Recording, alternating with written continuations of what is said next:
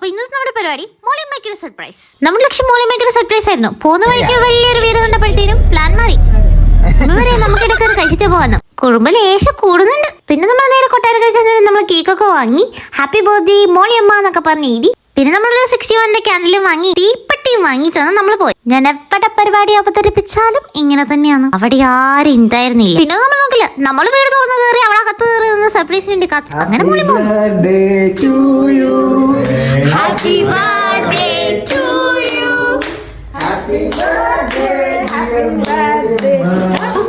Surprise ആയോ?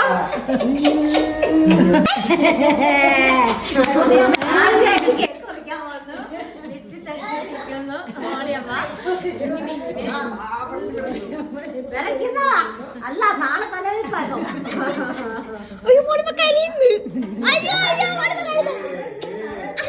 മോളിമ കരയാൻ തുടങ്ങിയേ. പുൽക്കാറ്റ് ആദ്യം ചെന്ന് കേക്ക് മുറിക്കാന്നൊക്കെ പറഞ്ഞിട്ട് അങ്ങനെ ഫുൾ സെന്റിമെന്റിലായിരുന്നു. എന്ത് ചെയ്യാനാന്ന് പറയും. പിന്നെ നമ്മൾ കേക്കൊക്കെ കട്ട് ചെയ്തു.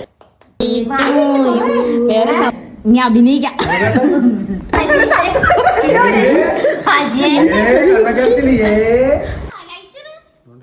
ഇനിയാണ് എന്റെ വീട്ടുകാരുടെ ഓസ്കാർ അഭിനയം. ശരിക്കും പറഞ്ഞാൽ കട്ട് തന്നപ്പോഴത്തേനും വീഡിയോ എടുക്കാൻ വേണ്ടി ഞാൻ ഫ്രണ്ടിൽ പോയിരുന്നതാ. പക്ഷെ ഒരു കാര്യം മറന്നു, വീഡിയോ ഓണാക്കാൻ മറന്നു. അത് പിന്നെ തോന്നുന്നു ഊതി അടിച്ച കേക്കിനെ ഒന്നും കൂടെ കത്തിച്ചു.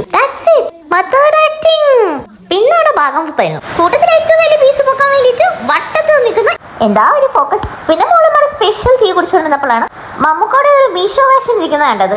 അങ്ങനെ നമ്മൾ ഇന്നത്തെ പരിപാടി കഴിഞ്ഞു. അങ്ങനെ നമ്മൾ നേരെ വീട്ടിലെത്തി നമ്മളെ ഡ്രോപ്പ് ചെയ്തിട്ട് 5 സീൻ താൻസും ടാറ്റയൊക്കെ പുറകെ പോയി. End of the story.